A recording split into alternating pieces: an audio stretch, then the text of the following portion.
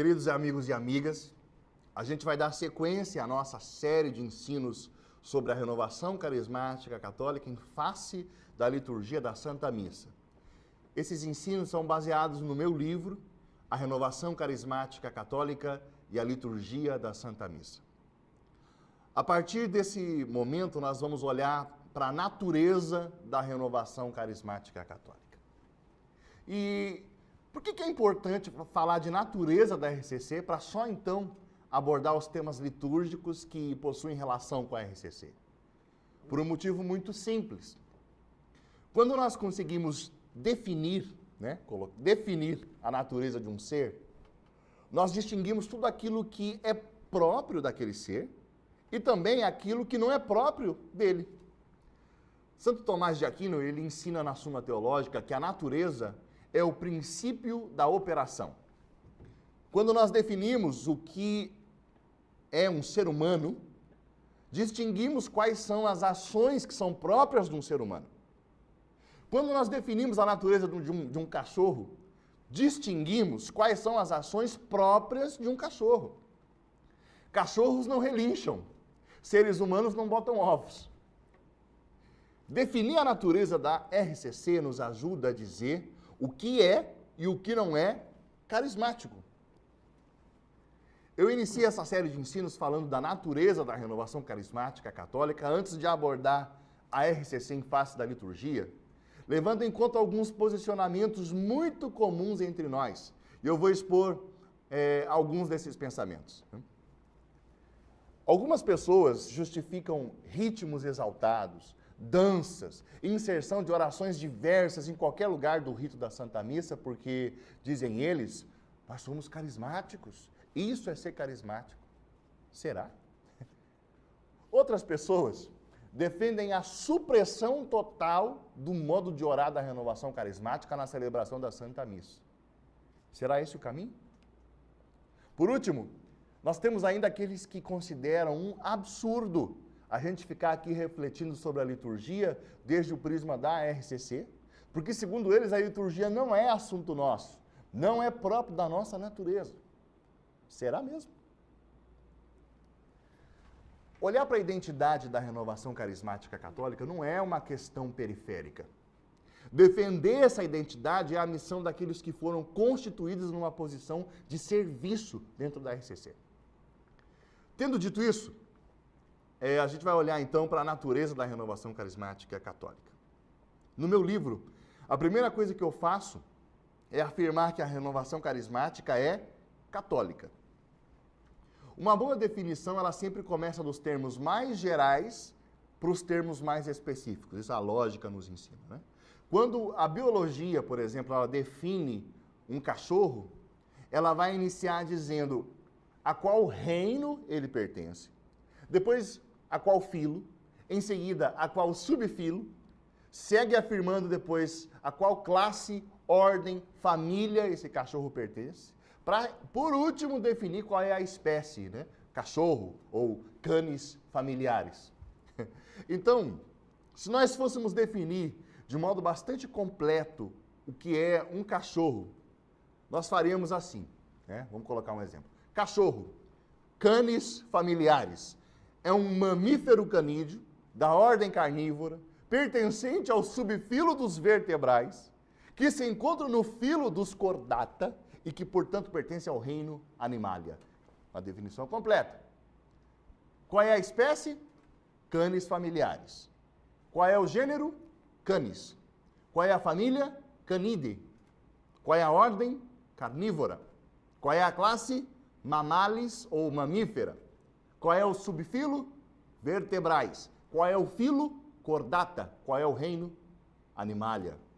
Portanto, se a gente quer realmente considerar a natureza da renovação carismática católica, nós teríamos que, começando dos termos mais gerais, partir para os termos mais específicos. E nós afirmaríamos que se trata de um fenômeno religioso, monoteísta, cristão, sem deixar de considerar a origem judaica do cristianismo, católico. Dentro desse universo católico, nós faríamos ainda as seguintes distinções. Trata-se de um movimento e de uma corrente de graça. E eu deixo esse binômio, movimento, corrente de graça, propositalmente juntos, e a gente vai ver por quê no decorrer dos ensinos, né? Por último ainda, se faz necessário distinguir a RCC dos demais movimentos eclesiais, definindo qual é o seu carisma específico. E eu diria que o carisma específico da renovação é a vivência pentecostal do seguimento e do anúncio de Jesus Cristo com suas manifestações, causas e consequências. No meu livro, eu inicio considerando essa definição a partir do atributo católica. Portanto, eu não entro nos outros atributos gerais, fenômeno religioso, monoteísta, cristão. Mas eu quero que fique claro, portanto, que esses atributos já estão subentendidos quando eu estou abordando o atributo católica. Se faz necessário iniciar colocando em enlevo a catolicidade da renovação carismática, porque infelizmente não são poucos os que contestam essa catolicidade. E o ponto nevrálgico dessa contestação está na origem mesma da RCC, origem da qual emana o próprio, o carisma específico da renovação carismática, o movimento pentecostal. Foi no ano de 1966, um ano após o encerramento do Concílio Vaticano II, que 3 professores da Universidade de Duquesne do Espírito Santo, em Pittsburgh, na Pensilvânia, leram um livro A Cruz e o Punhal, da autoria do pastor pentecostal David Wilkerson, livro que foi recomendado a eles por Stephen Clark, que naquele então era um dos líderes do cursilho de cristandade na cidade dele. Esses 3 professores eram William Story, Ralph Kiefer e Patrick Bourgeois.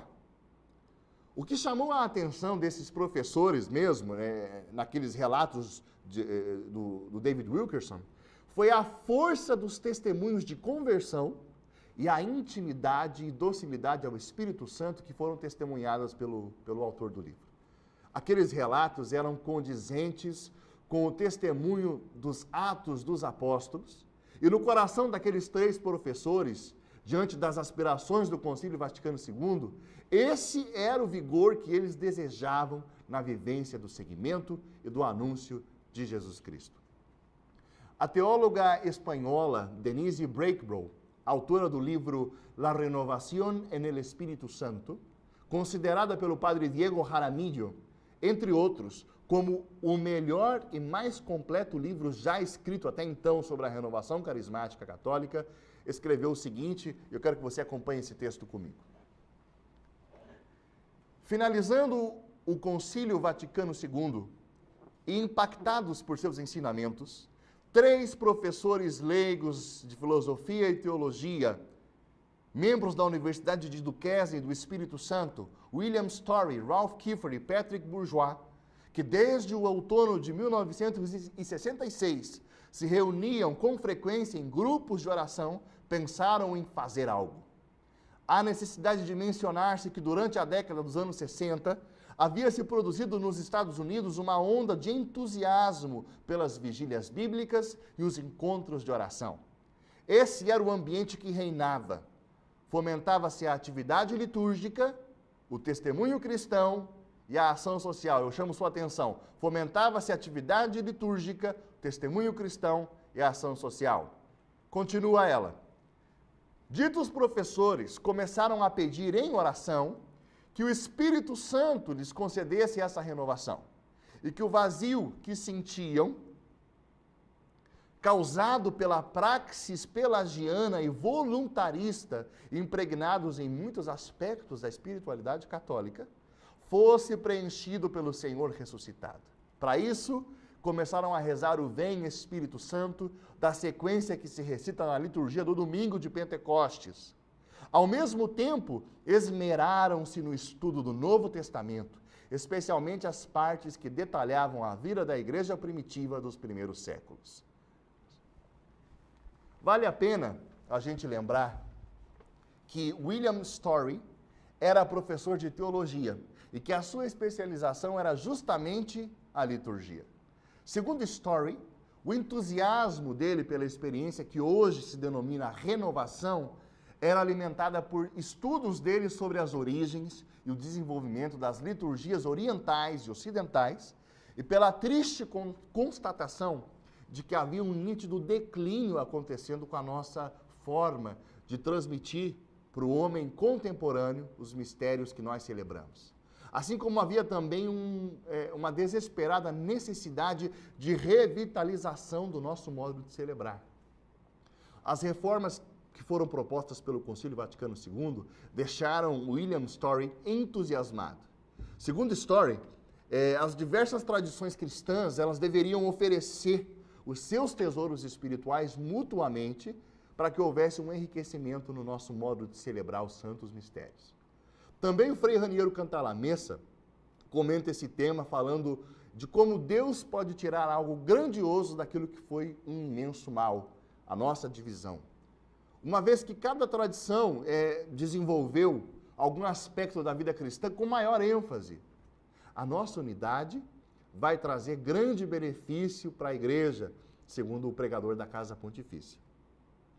O fato da renovação carismática católica ter nascido com influências notadamente pentecostais e evangélicas, nunca impediu que ela buscasse desde os seus inícios os braços amorosos da igreja, e que é a nossa mãe, a nossa mestra. Desde o início, os primeiros líderes da RCC clamaram por enraizamento da experiência carismática na tradição. E a nossa alegria é que esses braços amorosos da igreja acolheram a renovação carismática desde o seu nascimento. De Paulo VI a Francisco, a renovação carismática vem sendo confirmada no seu caminhar eclesial. O ICRIS produziu uma coletânea intitulada Então Pedro Levantou-se, que traz os pronunciamentos dos últimos papas até Bento XVI. Em seguida vão surgir as novas edições com os pronunciamentos do Papa Francisco, sem sombra de dúvida. Além dos papas, a renovação sempre foi cercada por sacerdotes, bispos e cardeais. E eu faço aqui uma menção especial e honrosa ao cardeal Leon Joseph Swinnens, um dos moderadores do concílio.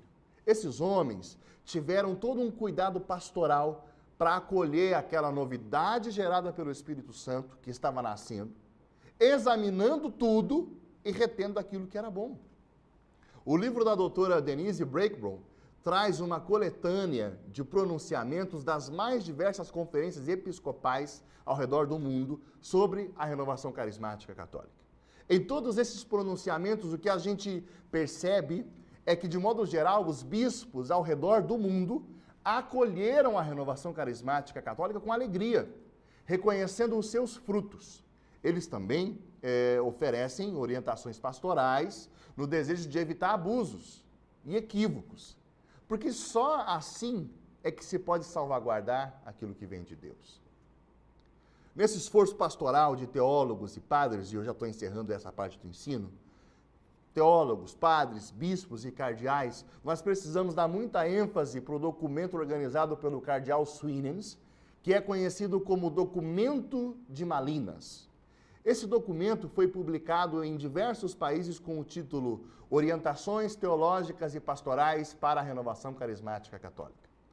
É importante mencionar que entre os teólogos consultantes desse documento estavam René Laurentin, Walter Kasper, Yves Congar e Joseph Ratzinger, hoje o nosso Papa Emérito Bento XVI. Essa renovação carismática da qual nós estamos falando aqui é e sempre quis ser plenamente católica. Ela surgiu no ambiente do Concílio Vaticano II, respirando os seus anseios. E ela foi acolhida como uma oportunidade para a Igreja. Isso são palavras do Papa Paulo VI, em 1973. Ela não é católica apesar de suas origens e chamados ecumênicos, mas justamente por causa deles. O cardeal Swinnens afirmou em 1989, renovação carismática católica, graça de Pentecostes. O cardeal Yves Congar, na obra Espírito Santo, afirmou, a renovação carismática não é somente uma moda, Seus frutos são de imediato perceptíveis. Trata-se de uma forte ação espiritual que muda vidas. Não é somente um avivamento, mas é uma verdadeira renovação, um rejuvenescimento, um frescor, uma atualização de novas possibilidades que surgem da igreja, sempre antiga e sempre nova. Eu bem sei que muitos não conseguem engolir que um movimento tenha nascido sob influência do protestantismo, né? E pode ser plenamente católico. Então, sem me delongar muito, eu vou terminar. Eu quero apenas citar aqui aquilo que o documento conciliar Unitatis Redintegratio diz, e eu quero que você acompanhe comigo no slide. Por outro lado, é mister que os católicos reconheçam com alegria e estimem os bens verdadeiramente cristãos, oriundos de um patrimônio comum que se encontram nos irmãos de nós separados. É digno e salutar reconhecer as riquezas de Cristo e as obras de virtude na vida de outros que dão testemunho de Cristo, às vezes até a efusão do sangue. Deus é, com efeito, sempre admirável e digno de admiração em suas obras. Isso é Unitatis Redintegratio número 4.